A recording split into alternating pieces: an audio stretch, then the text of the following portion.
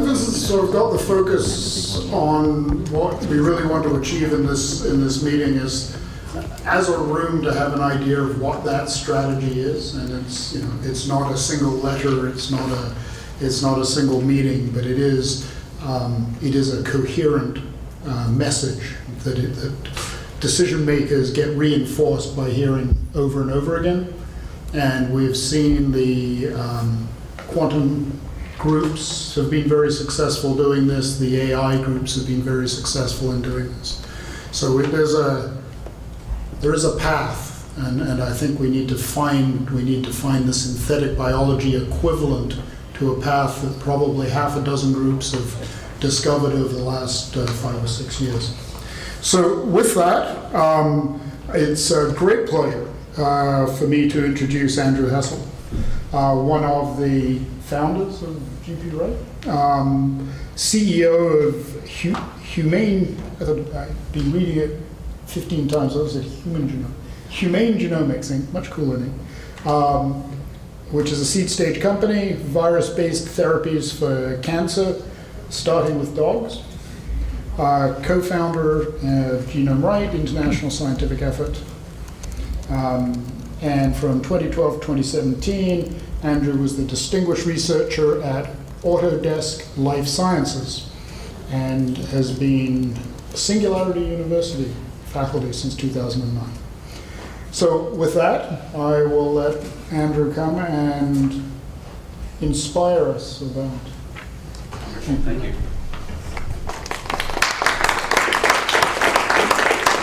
So I realize that most of you have no idea who I am.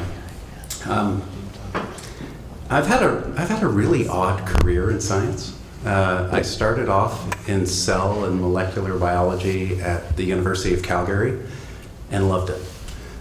I had switched to cell and molecular biology from an early interest in computing because I realized I don't care about computers. They're just all going to end up in landfill. But the idea of programming biology, well, that was exciting. And these little machines are so cool. And really, most people still think of any living machine as being kind of under the purview of a god. So it just really appealed to me. I figured this is going to be something that I'm going to be able to work with for a long time. And I'm a bottom-up kind of guy. If I was a top-down kind of guy, I'd go into medicine. I'd go and fix the most complex machines in the known universe, us. But I really wanted to understand how cells worked. I wanted to understand the low-level machinery. And ultimately, that led me into understanding the code. Because I had a background in computers, because I had spent about 6 years sitting in front of one programming, I was one of the first people to kind of do a crossover from computing into biology. And it was a perfect time. The field of bioinformatics was just getting started up. And really, I've never looked back. The intersection of biology and computing has pretty much powered my entire career. And I'm actually kind of amazed that I get to be a co-founder of a genome project, because honestly, that was never in the cards for me. So I'm going to tell you a little bit about how we got to the Genome Project-Write. I'm happy to clarify any of the controversies and some of the thinking behind the scenes, because it didn't just appear. So let me introduce you to my favorite organism, Ecola, time lapse. Now, if you're a biologist, this is pretty familiar, but just take a moment to appreciate this. You've got an organism here that's about 1 by 5 micrometers. It's making thousands of different chemical compounds at any given time. It's doing it quickly. It can replicate in 15 minutes. Its genome is only about 4.5 million base pairs of code. And really, it just works. It's been working for billions of years. This is the most advanced form of manufacturing that we know about in the world today. And it comes with a programming language.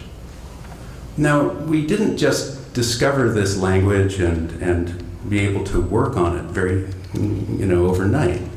In fact, when I got into genomics, The type of mapping experiments people did was by using a technique called conjugation, where they would actually transfer the genome of one E. coli into another one and time it over minutes looking for markers. Essentially, this is bacteria having sex, and a little bit of coitus interruptus gave us the genome maps. And the first genome maps were really simple, because we didn't have many biochemical markers to work with. But we got better at the technique, and eventually we ended up producing some very sophisticated genetic maps. And by the 1970s, we had a really thorough genetic map of E. coli. This technique didn't work for humans. Honestly, this type of conjugal mapping wasn't going to work. We needed to read the code directly. And back when I started in genomics, this was how you read code. It was slow. It was radioactive. It was toxic. But some people that were ahead of me said, hey, why not sequence the human genome? And it was kind of brilliant. And part of the motivation there was, there are some big projects done in engineering and science. Big ones. Like today we have things like the Large Hadron Collider. We put stuff into space. We go and work together in teams. But biologists don't do that. Not very much, and certainly not back in the mid-1980s. It was rare to have 100 scientists working together on a single project in life science. The life scientists were very cellular.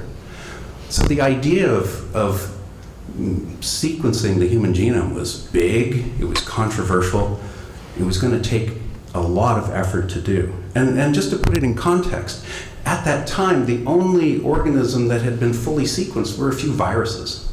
So it was ambitious. The NIH wasn't even interested. It took the Department of Energy to come along and kind of kickstart it. And the reason why is because they had these things all over the country. Nuclear power plants. And nuclear power plants, they knew could cause mutation. And they wanted to be able to directly understand and measure mutation. So they funded it. They got it going. And then eventually the NIH came in, more people got involved, they organized. It took about 6 years, but then they launched the Human Genome Project. That was pretty cool stuff, but it took 6 years just to get it going.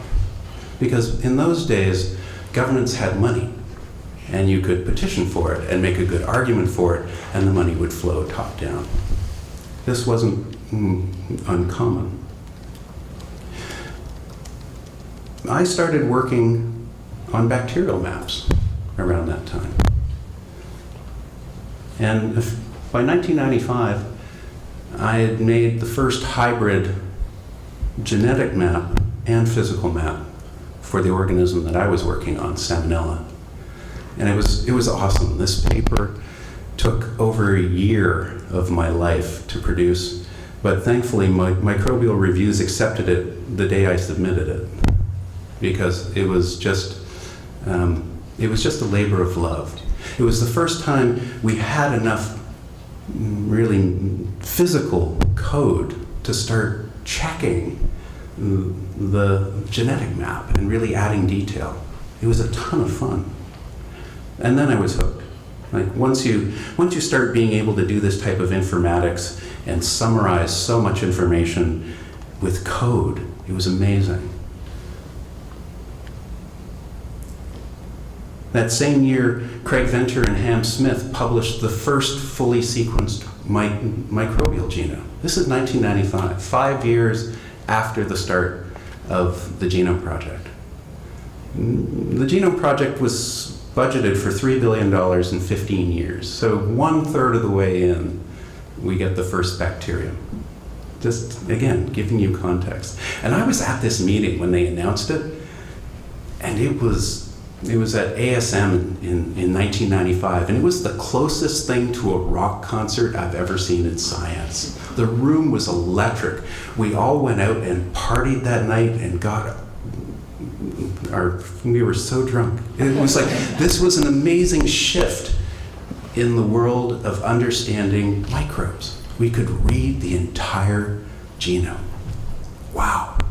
And people were shocked because it wasn't E. coli that was the first one read, but E. coli was 4.5 million bits. This one was 1.8 million bits. So it was just smart to do the smallest one first. And within a few months, I'd left my PhD program, aborted it early with a master's, and joined Amgen. Amgen is a biopharmaceutical company based in Thousand Oaks, California, that at the time, had 2 drugs on the market. One of them is Epogen, and the other one is Neupogen, essentially growth hormones for red blood cells and white blood cells. And they were printing money. These are very small peptide drugs. Only a few hundred base pairs of genetic code. And if you can convince a microorganism to express that code and package it and sell it, you become rich. I always joke that if we bought printing presses and paper and ink and printed money, we would probably lose money because it was just so easy to turn sugar into gold. So this changed my life. And they had an internal genome program that was going super fast. I really came to enjoy working at the intersection of industry and state-of-the-art basic research. They were funding an institute in Toronto to the tune of $150 million total. We spent something like $17 million a year. It was just a scientific playhouse. And Mike knows we were there and enjoying it. I was only at Amgen a few years, and then Craig Venter came along again and said, hey, I've got this new company, Celera Genomics. I'm filling rooms with hundreds of these state-of-the-art sequencers. Hundreds of them. We're going to go and do the human genome, not in 15 years. We're going to go and do it in a year. And what got me excited was, wow, with one of these machines, I could do a microbial genome in literally a few days. It made me excited. So I went down to Celera, took a look at what they were doing in the informatics infrastructure, and was blown away. And then, they'd come to Amgen looking for money because they were going to have a subscription model. And we wrote the first check. It was $25 million. It was just a no-brainer because these guys were doing more genomics than we could possibly do with an entire team. And of course, we all know the story. By 2000, this had turned into a pretty big race between the academic groups that had organized around the world and Craig Venter's company, and Bill Clinton and Tony Blair called a truce because it was getting a little ugly. There was a lot of words thrown around in the press about who was smarter and who was better and what was going to work and what wasn't. And finally, they said, enough. It's a tie. All humanity wins. But this was just really a race to the starting line of genomics. This was just a race to, okay, what are we going to sequence next? And what are we going to use the human genome to do? So for me, it was time to start shifting to writing. The race was over. Now, we were already writing a lot of DNA by the time the human genome had been sequenced because we had to make a lot of primers to go and do that sequencing. There was a little company started by one of the guy running one of the genome centers. The company was called Bioautomation, and they essentially made a multi-channel DNA synthesizer. So it could just make a ton of oligos.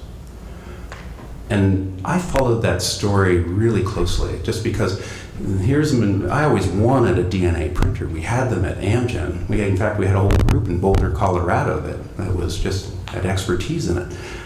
But very few people were interested in writing DNA. I went to the leadership at Amgen. I said, look, we make billions of dollars on drugs that are made by 600 or 700 base pairs of genetic code. Do you think it's time to shift our attention now into writing maybe 1,000 base pairs of genetic code so we can kind of, instead of tinkering around in the lab. We could go and build a tree of variants of some of our drugs or go after new small peptide hormones. And I just hit a brick wall. No one was interested in writing DNA. And that's when I realized, holy crap, I work for a biotech company, one of the biggest in the world, and they don't want to write DNA.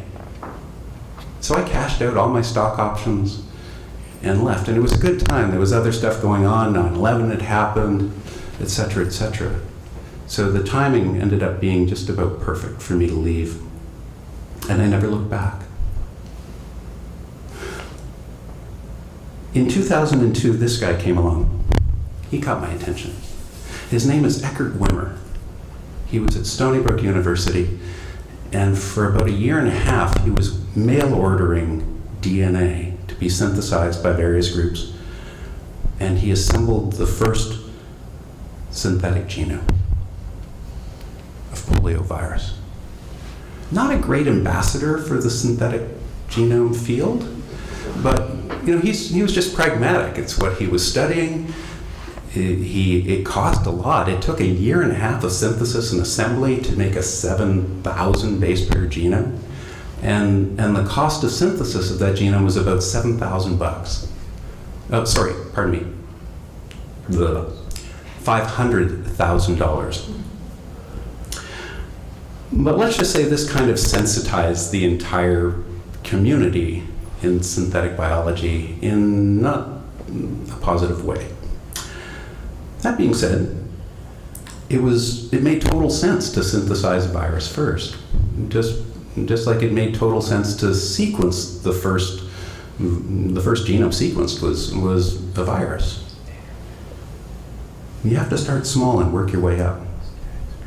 Now, about the same time, I got introduced to a little program that had incubated out of MIT called IGEM, International Genetically Engineered Machines, an acronym only an engineer could love. But it was, and I'm sorry for the blurry picture, we didn't have high-resolution digital cameras back then. But this was the first cohort of students and professors that came through the first IGEM program as it opened up.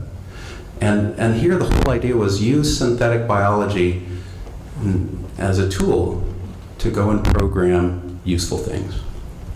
And it was really exciting. As soon as I heard about it, I missed 2004, but I started working with IGEM in 2005 and beyond. In 2005, we also got the first company focused on synthetic biology, synthetic genomics. Again, Craig Venter, man, the guy gets everywhere. Anyway, but he's been doing this for a while. He was always interested in making synthetic genomes. And synthetic genomics today is still one of the leaders in the field. Skip ahead a few years, and now all the folks at MIT that had helped build the IGEM program have graduated with their PhDs. And Tom Knight, who was really the one that seeded it at MIT, and some of the students went and formed a company in 2008 called Gingo Bioworks, and they opened their lab in Cambridge in 2009. This is when I was off visiting my friends. And it was a relatively small lab, but incredibly exciting place. Young people focused exclusively on using synthetic biology tools. And it was a great time to launch because in 2008, 2009, you might have remembered there was a little financial crisis. A lot of companies went bankrupt. And so they had this wall of stickers they pulled off of equipment they bought from auction sites. So it was a pretty cheap time to bootstrap. They didn't have a lot of debt. In fact, they didn't have to raise any VC money at the beginning. And they were fun. This was Tom Knight's work helmet around the lab. Center for World Domination through Synthetic Biology. And of course, Venvi to envy Craig Venter. Because everyone did at the time. And then I happened to meet these crazy dudes, Peter Diamandis and Ray Kurzweil. And that's because in 2008, they had a little meeting at Stanford University saying, hey, we want to build a university that thinks about the future rather than the past. And Larry Page, one of the co-founders of Google, was part of that meeting. He said, look, most people waste their lives. He said, most people think about small problems. And today we have the tools to think about really big problems. You can go out and do things that can reach 1 billion people. Let's really start to organize the school around that. And so in 2009, they started to organize the university. I had friends in the room at Stanford that were texting me going, Andrew, you'd love this particular university. And so I wrote them right away and said, hey, how can I help? I'm kind of this big bio geek. I think that biology is kind of important for humanity. So they said, write a white paper. So I did. I wrote the first draft of what became Singularity University's kind of vision for life science. Turned out that some of the people on the board said, this is a recipe for making bioweapons. And it's true. It is in a way. But I became faculty and co-chaired bioinformatics and biotechnology and really got to meet some incredible geeks that just really want to go and build the future. And the intersection, again, of electronics and IT and just biology was just becoming more and more obvious at this point. 2010, the first synthetic cell. This is amazing stuff. Like, okay, we didn't build the cell from scratch, but we built the genome from scratch. That's amazing. And yet, I think this is, I was contacted by some reporters before the news broke because they wanted some quotes. So it was all embargoed. And they said, what do you think of this? And I said, I think Craig Venter should finally get his Nobel Prize. He didn't. But anyway, it's still the way I think about it. So, okay, now we can synthesize a genome. What next? Well, for me, in 2009, I had met the CEO and CTO of Autodesk. Autodesk is like a $30 billion company now, and they make design tools because you can't put up buildings or design products without digital tools today. It's all too complex.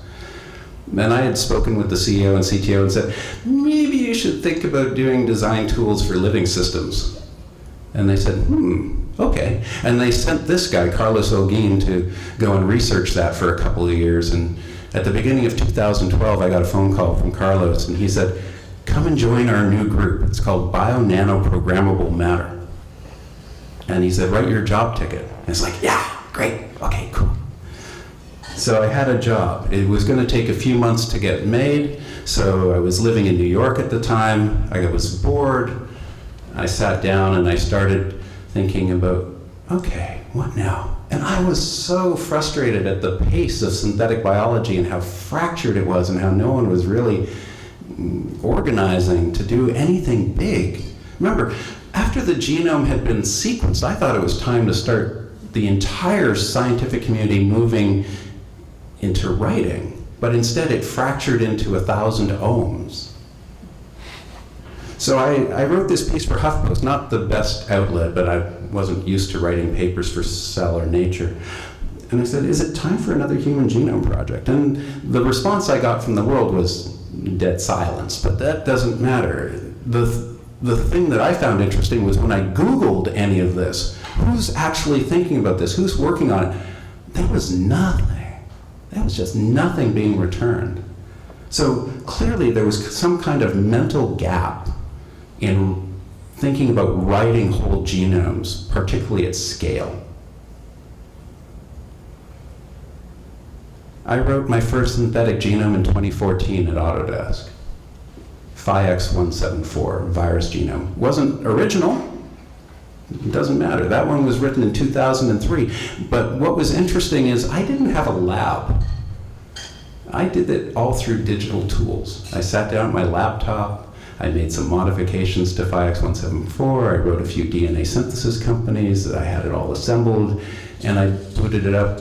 I had a friend boot it up at Stanford who had the lab material, Paul Jaschke, who had expertise in Phi-X174. That convinced me that synthetic genomics is ready for prime time. Because if I could do it from a laptop in a software company, anyone could do it. So why weren't more people doing it? Then in 2015, my friend Paul Stamets called me. Now, many of you may know Paul Stamets from his TED Talks. He's probably the world's most famous mycologist. Come on, he's even on Star Trek now. Like, they built the Paul Stamets character after Paul Stamets. But Paul had been part of a new inaugural program called Invention Ambassadors, sponsored by AAAS and the Lemelson Foundation. So kind of R&D put together. And he said, Andrew, this is a great program. They just want you to go out and seed innovation in the US. And I thought, oh, great, this is fun. So he nominated me. I actually had to apply for it. I did a whole bunch of interviews and I got accepted to the program. And it was great. They gave me some media training. And then they took us to the White House to meet with the head of OSTP and Office of Science and Technology Policy, who I already knew. But it was great. First time going to the White House and taking a look around. And then they said, basically, go free in the world. And I said, I'm going to go and actually challenge people to innovate with genetic engineering, not exactly the warmest, fuzziest topic in the United States. And they said, no, just go for it. Don't worry about it.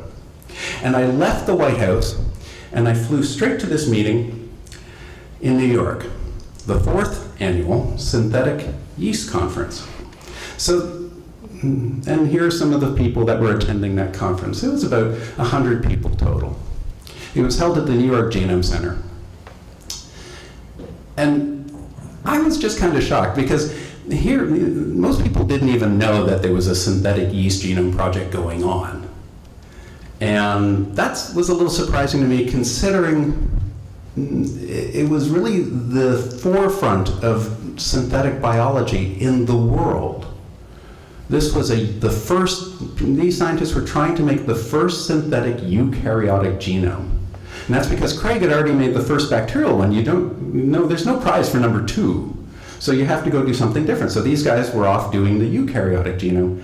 And it was like, but no one knew about it. There was one reporter in the room from Genetic Engineering News. That was it. There was no coverage.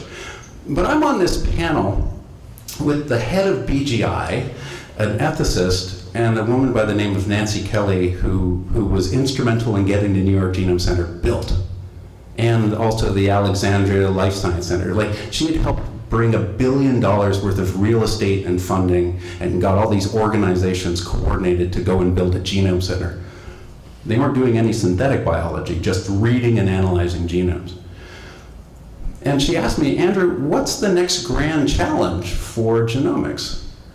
For synthetic biology. And I said, Nancy, there's only one grand challenge. There's only one. It's not to do a synthetic yeast or a synthetic fruit fly. It's to go and make a synthetic human being. That's the only one that will really get people going. And the room just went kind of nuts. The old people were like, ah, and younger people go, woo, and it was just kind of wild. It was, I hate panels, hate them. But this was the most interesting panel I'd ever been on because it was so controversial. But again, it just kind of fell flat. The Genetic Engineering News reporter wrote a little piece going, yeah, some crazy guy proposed a crazy project way too soon. But here's what I know. You want to start a fire? Light a match. So I figured, I've got this license to go and provoke from AAAS Lemelson. So I called up George Church, who I knew. I've intersected with him for years. And I said, George, I nominate you to run the next genome project. This time to synthesize a human genome. And we had a half-hour conversation on the phone. And at the end of it, he said, Andrew, you're absolutely right. As scientists, we haven't organized to really rise up to this challenge. We're all working on our independent projects. There's a lot of cool stuff going on out there, but we really need to be working as a community globally. I accept your challenge. I accept the nomination with one condition. The head of the Synthetic Yeast Project, Dr. Jeff Buca, needs to sign on as well because he's the one doing the most advanced work in the world with his community. I'm not. I'm not doing it. He needs to be on board. Now, George is a really open-minded, really fun, really generous guy. Jeff is just as brilliant, but really conservative. He doesn't have a controversial bone in his body. He makes broccoli look exciting. I knew that I couldn't win him over because I'd already gone for dinner with him before, and we were like oil and water in some ways. But Nancy Kelly, who is really good at organizing people and talking these things through with people, said, I'll get Jeff. So we ended up with this little consortium of people that were just, this ragtag group that all brought in very different personalities to the table.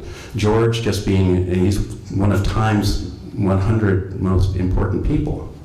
Like, that's amazing. He's an incredible attractor. The Chinese worship this guy. Jeff has organized communities globally around synthetic genomes and has developed incredible technology. Nancy is a lawyer and just does project management like no one's business. And then there's me, who just loves throwing sparks around and doesn't mind controversy. I love controversy. I love change. I love young people and energy and drinking and partying and just making something cool. And then I went to go see this guy, the CEO of Autodesk. And I said, I like chasing bright, shiny things. Well, I think I caught something big. And he goes, what'd you do? And I told him, I got like some amazing people together, and they want to go and write a human genome. And he laughed. And meanwhile, his CTO is going, the optics of this might not be very good. And he just laughed again. He goes, what do you need, Andrew? And I said, I need your Rolodex and some money. And he said, here's $250,000, and here's the name of our lobbyists and lawyers, and whatever you need. And 8 minutes, we got the money to kickstart GP Write. It was just kickstarting, we knew that. But having a company like Autodesk kind of come in behind it and then write pieces and media pieces just saying, we'll back this, was incredibly important, because honestly, if I had proposed this being in a pharma company, I would have been fired. Governments couldn't do it. No one was proposing this. So we actually we organized some meetings. That's what you do with it. Now, you guys heard about the May 10th, 2016 meeting before it happened because it kind of hit the news. Drew Endy and an ethicist by the name of Lori Zoloff came and they were really critical that we were holding this meeting. They thought we should have organized it differently, blah, blah, blah. They were invited. We invited them many times. They were just critical, and they published a piece essentially saying it's too early, et cetera, et cetera. What I know is if you're trying to get attention to a meeting, call it a secret meeting. And we got 200 news organizations writing articles, 100 million page views. It was really just what we needed to really kickstart this whole effort. And I thank Drew to this day for being critical. But the meeting was not top secret. The problem was it had been embargoed because it was in peer review. We had written the piece for Science months earlier with 25 authors listed, but they sent it out to 2 authors for peer review that were critical, and we ended up having a lot of back and forth with the editors. What you may not know was there actually was a secret meeting held on Halloween of 2015. And that's because if you want something founded in the U.S. and growing in the U.S. has to lead it. So we had a closed-door meeting for U.S. scientists only to really establish U.S. leadership in the project. Otherwise, we knew we'd never get any money out of the U.S. government. So the piece came out in Science. A policy piece, not a technology piece, basically saying it was time. The heading on it, as you can see, is the Genome Project-Write, but if you read the text, we still call it HGP-Write. And that's because internally, once we brought in these these other authors, there was a lot of debate whether to go and call it HGP-Write or GP-Write. At this point, I wasn't going to fight. I put down we're a team. I said, look, if you drop the H, no one's going to care. No one's going to care. The general public only cares about humans. They don't understand any other organism. They barely understand humans. So from a marketing perspective, you're going to kill the lead. But George was actually very critical of that the first Human Genome Project was actually called the Human Genome Project, and he was part of it. He said it wasn't inclusive enough. It only really got traction with scientists when they opened it up to all genomes, which makes sense. But again, it speaks to some of the confusion around focus. But the goal has always been, the end point of GP-Write has always been write a human genome. We may have to do stepping stones to get there, but the finish line for the project is write a human genome. We know that synthetic genomics isn't going to stop. It's again kind of just the starting line. I'm pretty sure that this DNA stuff is starting to take off. Like, okay, we don't have 1,000 people in this room and a line of reporters on the back. This is not, a Beyonce concert, but it's starting to take off. And I just want to give you some evidence of this. This is a company called Nebula Genomics that I've been in talks with. I'll probably join. It's another of George Church's companies. He's founded like 11 this year. But this is kind of the future of DNA testing. It's not 23andMe, it's not Ancestry.com, it's whole genomes for free. And if that makes you scratch your head, it's just because you can, whole genomes now you can get for $400 out of the Chinese, and and the price is dropping to $200 in the next 12 months. That's a customer acquisition charge, which means if you can get more than $200 out of a genome over the next 10 years, you've got a business. So within the next 10 to 15 years, there's going to be 1 billion human genomes come online, just like 2 billion people are now on Facebook. Like, mark my words, it's going to be $1 trillion industry. Ginkgo, that little company started by grad students, yeah, it's grown. It's grown a lot. It's just all robot fabs doing more metabolic engineering and genetic engineering than you ever will in your lifetime. It just churns it out 24/7. And it's the first synthetic biology unicorn, which is pretty awesome. You guys watch Silicon Valley? You should. It's really quite close to the truth. IGEM, that little program, yeah, it's got a little bigger too. About 3,500 students per year now. I think somewhere around 35,000 or 40,000 students have gone through the program. It's amazing. It's like battle bots with biology, and everything's open. It's incredibly cool. If you have not gone, if you haven't participated in IGEM, if you haven't been to one of the jamborees, go. Just go. The energy is so infectious. Take your politicians, buy them a ticket, drag them down there. Take anyone that thinks any of this stuff is stupid or wrong or unethical and put them on a plane and drop them into the jamboree, because they'll walk away with their minds changed. This is the future of programming. Programming computers, we're already learning that computers program computers better than people program computers. It's called machine learning. But we need people to program biology right now, and this is the generation that'll do it. And it's taking off like crazy. SynBio Beta, which tracks the industry. This is the Q2 funding and it's gone off the charts. Hundreds of millions of dollars are flowing into synthetic biology, into a growing range of companies. This is the annual data. You can see it's taking off.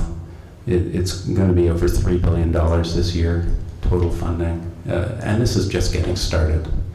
Today, you could start a synthetic biology company with a laptop. And if you don't believe me, I'll show you how. I've done it. So yeah, GP Write. It's really the only organization that's kind of working to build community in synthetic biology at the low level, at the academic level, open transparency, because companies can't do that. Companies compete. They're kind of friendly when it comes to the drink social, but you can't really share deep details. But academics can, and we're starting to see this federation of labs appear around the world, and they're amazing. China put hundreds of millions of dollars into GP Write China. Singapore is pouring money in, but it doesn't matter about the money. It's just the fact that you become part of the network. You suddenly have a whole bunch of friends, and you start to work as a community on the stuff that really matters: standards, intellectual property challenges, and believe me, there's going to be a lot of them. Ethics, if that's what you do it with a big community. Technology development is pretty crucial. Policy and education is absolutely got to be baked in. Communications, most scientists should need communications. Media doesn't want to call individual labs, they want to call organizations that understand and have the view. And of course, just project coordination and funding. Now, funding has been a challenge. We initially wanted to raise $100 million. We shouldn't have put a number on it, didn't really matter. We just wanted to put a number for some attention. But really, it doesn't take a lot to get started. What matters is the ideas. We've got no shortage of ideas. The US doesn't do top-down funding right now in science. It's really hard to create anything new. Let's just say it's a little weird in the US right now. But that being said, it's an opportunity for Canada. And I really hope that you can organize and take that opportunity and join this group.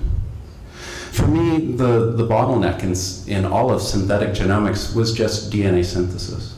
And that's because phosphoramidite chemical synthesis of DNA frankly sucks. It's not the way nature makes DNA, and it shouldn't be the way that we make DNA as an industry.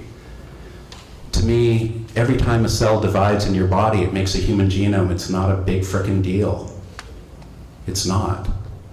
So we just need better technology. George Church explained to me, well, that's true, Andrew, but we're not engineers, we're scientists. We have to work around projects and let the technology backfill. And it's like, okay, well, trust me, when the technology appears, everyone's going to be making synthetic genomes at whatever scale is possible.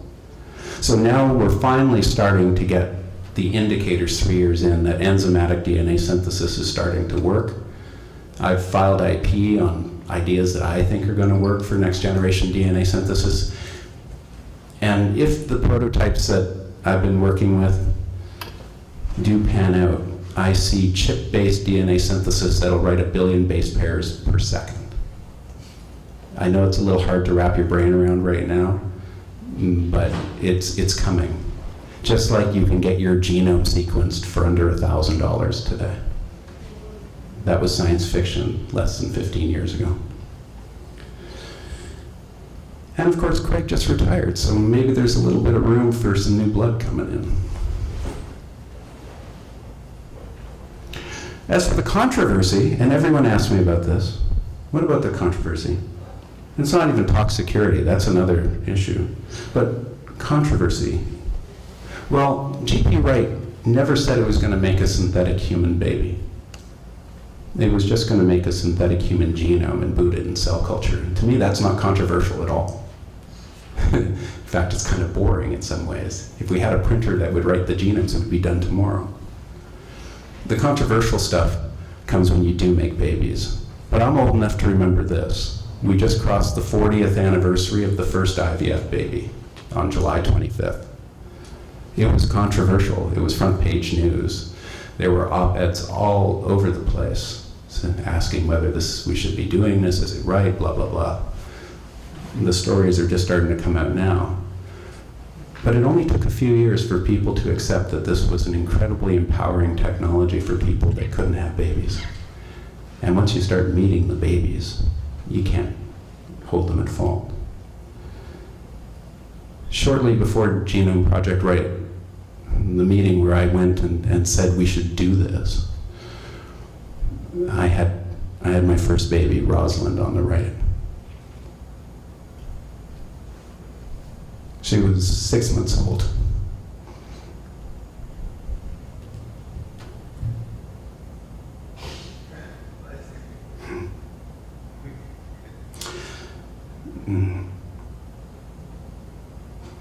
Sorry.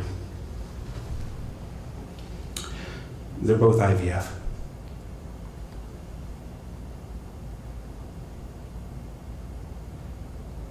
You can't even get a baby sequenced today unless there's a medical need for it. It's this weird catch-22. If there's a medical need, a doctor will approve it. If there's no medical need, the babies can't consent. Companies aren't willing to touch it. You have to go to China.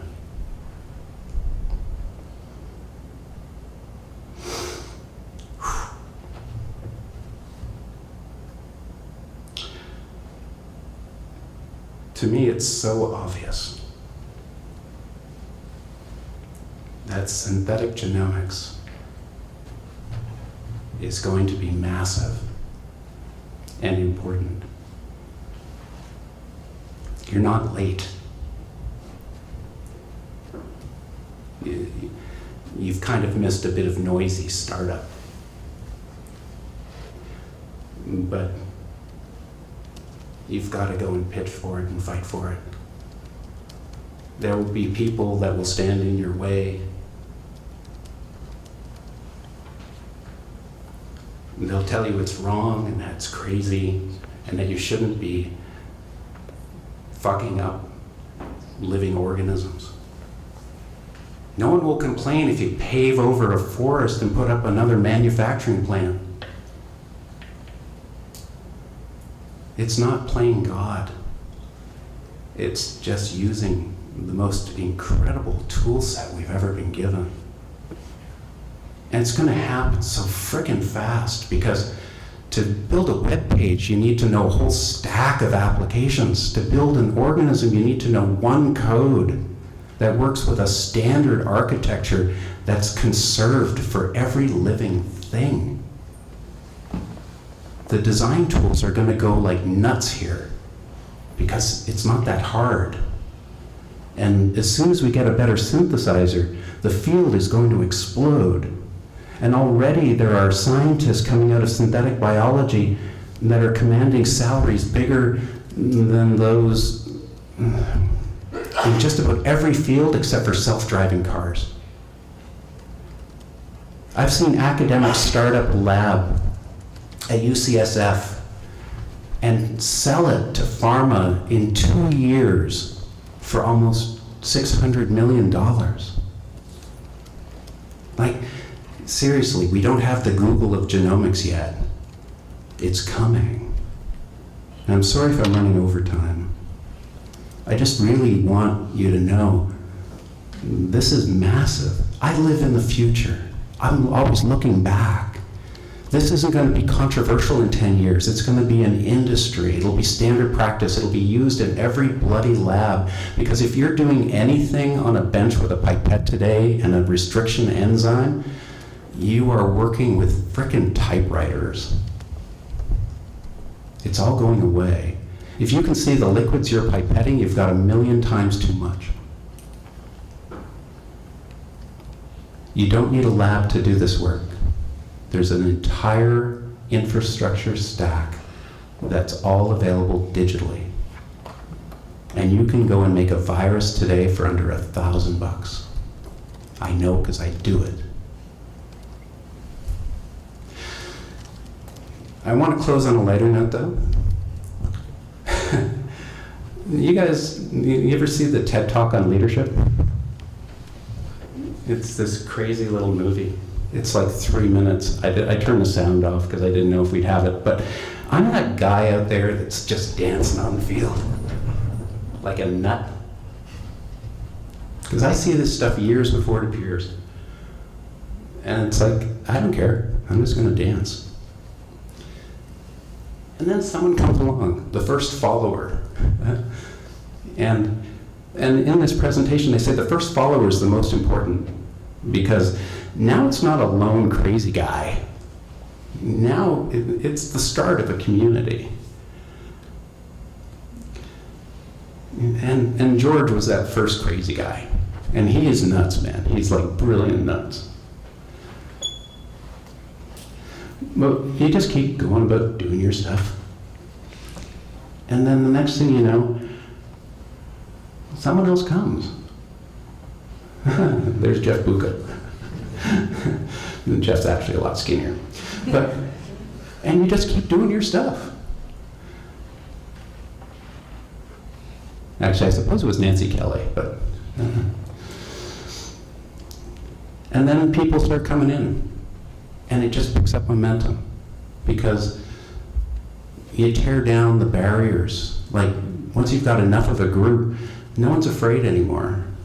You're not going to get singled out for your ideas. Now you've got a community, and it just builds momentum. The first 25 people that signed their names to that science paper, that was that first little cluster. Now the world's coming in, and damn it, I want Canada part of it. Because if I'm Canadian. I know we can bring the right energy and tools and thinking and culture to this field. So, good luck with your meeting. Thank you.